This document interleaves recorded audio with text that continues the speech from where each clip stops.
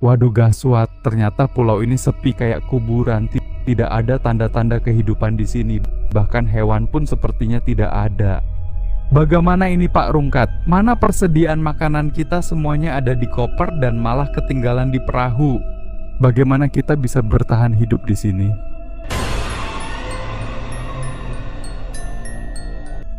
Setelah sampai di pulau tersebut, Bang Topan dan Pak Rungkat berjalan. Di tengah hutan lebat, Topan dan Pak Rungkat berdiri di depan sebuah villa kosong yang tanpa angker. Villa itu dikelilingi pepohonan tinggi, seolah-olah menyembunyikan rahasia kelam di dalamnya. Topan nampak masih menggenggam charger milik Dewi, yang ia temukan tergeletak di bawah bantal sebelumnya. Aroma khas Dewi masih melekat pada charger itu, menambah keyakinan Bang Topan bahwa gadis itu belum jauh dari mereka. Kita harus menyelidiki lebih dalam, Pak Rungkat, kata Bang Topan. Suaranya bergetar penuh semangat dan ketakutan. Dewi pasti ada di sekitar sini. Pak Rungkat mengangguk, matanya menyapu sekeliling. Tapi kita harus hati-hati. Tempat ini terasa tidak biasa. Mereka melangkah masuk ke dalam pulau tersebut dan menemukan sebuah rumah yang mencurigakan, di mana debu tebal menutupi setiap permukaan. Suara langkah misterius mulai terdengar, seolah-olah ada yang mengawasi mereka. Angin berhembus kencang, membawa suara berbisik yang tak bisa mereka mengerti. Bang Topan menahan napas, merasakan ketegangan yang menyelimuti mereka. "Kau mendengar itu?" tanya Topan, menatap Pak Rungkat dengan cemas. "Ya, sepertinya kita tidak sendirian di sini," jawab Pak Rungkat, suaranya bergetar. "Kita harus cepat." Sementara itu di sisi lain, geng Kona, Dot, Robi, dan Peot setelah mendapatkan tumpangan gratis, ternyata dia malah diturunkan di rumah gubuk tua, bekas tinggal Bang Topan dan Pak Rungkat. Mereka pun mulai merasakan ketidaknyamanan yang semakin mendalam di sana. Mereka seakan terjebak di tempat terpencil, tanpa sinyal, dan tulisan menyeramkan di dinding, "Selamat datang para tamu terpilih." Robi, yang paling skeptis di antara mereka, mulai mencurigai bahwa mereka telah dijebak. "Ini tidak beres, kita harus keluar dari sini," teriak Robi, wajahnya pucat. Kona, yang lebih tenang, berusaha mencari sinyal untuk menghubungi seseorang. "Tunggu, kita harus berpikir jernih, mungkin ada cara untuk melarikan diri." Mereka mulai menyusun rencana, tetapi ketegangan di antara mereka semakin meningkat. Setiap suara kecil membuat mereka terlonjak, dan setiap bayangan di sudut ruangan tampak mengancam. Robi mulai mencurigai bahwa rumah itu sudah dipasangi kamera tersembunyi, dan paranoia mulai menyebar di antara mereka. Kembali ke sebuah pulau kecil, Bang Topan dan Pak Rungkat rupanya menemukan sebuah buku tua yang tergeletak di meja. Halaman-halamannya penuh dengan catatan tangan yang berisi kisah masa lalu Dewi dan hubungannya dengan pulau ini.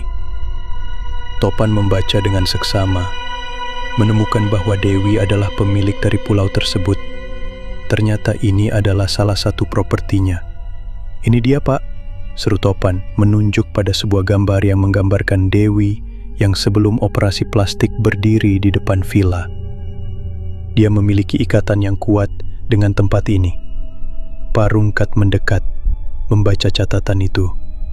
Dan ternyata di balik itu semua, ada geng mafia lain yang merupakan otak dari kasus kematian Pak RT Jalil. Namun saat Bang Topan memastikan kebenaran foto tersebut, tiba-tiba suara langkah misterius datang dan semakin mendekati mereka. Bang Topan dan Pak Rungkat saling berpandangan, ketakutan menyelimuti mereka. Mereka bersembunyi di balik meja, menunggu dengan cemas. Suara itu semakin jelas dan mereka bisa melihat bayangan seseorang melintas di depan mereka. Orang-orang itu tertawa terbahak-bahak, seolah menikmati kekacauan yang terjadi. Dari ucapannya, terungkap bahwa Dewi sebenarnya adalah korban. Ia telah diancam oleh 3 orang misterius yang diduga kuat merupakan bagian dari geng mata iblis. Kemudian, mereka pergi memeriksa sebuah kamar, dan ternyata di dalamnya terlihat sosok Dewi yang sedang disekap. Setelah memastikan bahwa kondisinya stabil dan situasi di sekitar aman, mereka segera keluar untuk menyusun langkah selanjutnya. Bang Topan dan Pak Rungkat pun akhirnya menemukan keberadaan Dewi.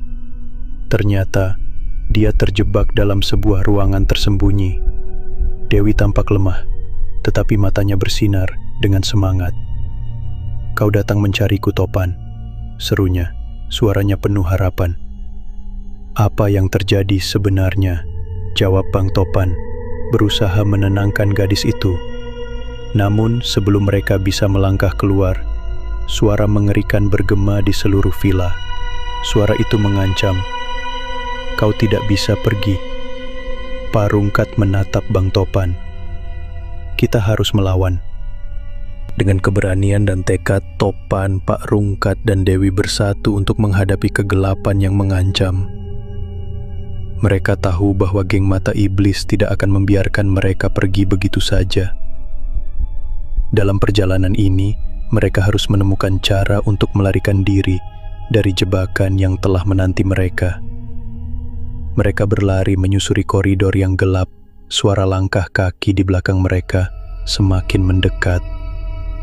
Topan memimpin, sementara Pak Rungkat melindungi Dewi di belakang. "Kita harus menemukan jalan keluar," teriak Topan, berusaha mengabaikan rasa takut yang menggerogoti hatinya. Di sisi lain, geng mata iblis bersiap-siap untuk menangkap mereka. Namun Topan dan kawan-kawan tidak akan menyerah.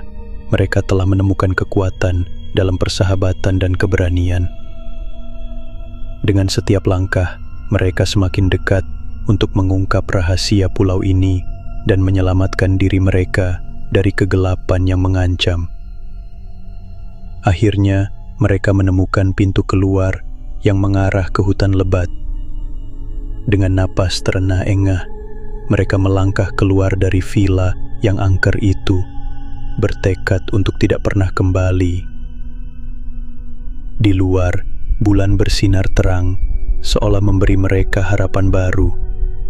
Mereka tahu, perjalanan ini baru saja dimulai,